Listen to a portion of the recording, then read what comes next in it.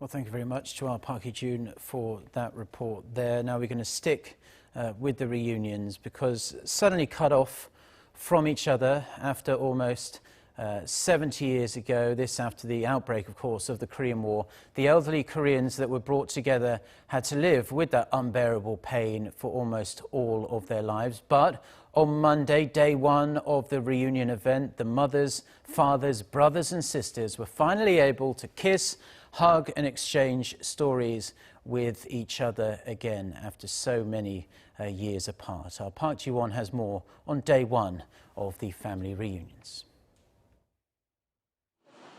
89 participants from South Korea crossed the inter-Korean border to the north to meet with their loved ones on Monday, each of them accompanied by one or two people to look after them.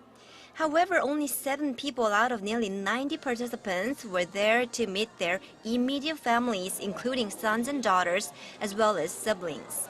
One of them is 89-year-old Yoo Gwan-sik. He met his 67-year-old daughter, whom he's never seen before. Yoo said he didn't even know his wife was pregnant when he decided to escape North Korea temporarily, or so he thought. 아버지, 이거 엄마야, 엄마. 이거. Another story is especially heart-wrenching.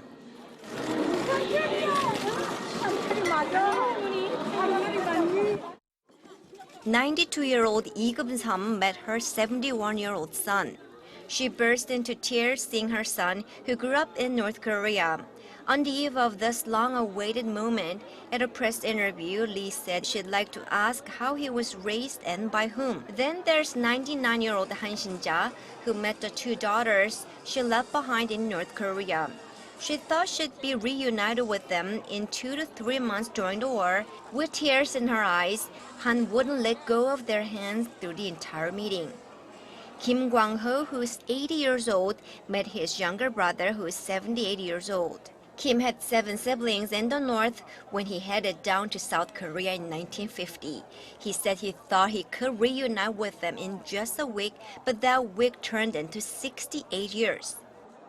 Another South Korean who met her siblings is 82-year-old Bae Sun-hee. She met her sisters for the first time in decades, holding on every precious second they were together. Some of these relatives were separated because a member of their family was taken prisoner by the North during the war or was abducted by the regime. That's true in 6 cases. Ahead of Monday's long-awaited reunion, Seoul asked Pyongyang about 50 people in particular, as they were either POWs or had been otherwise abducted. The North confirmed the whereabouts of 21 of them, 13 of them dead, 8 alive. 2 of those still living were unable to attend the reunion because of their advanced age. So the 6 who were able to move have joined these reunions. Between 2000 and 2015, South Korea inquired the North about 350 POWs and abductees, 54 of whom eventually got to meet their families. Park Ji-won, Arirang News.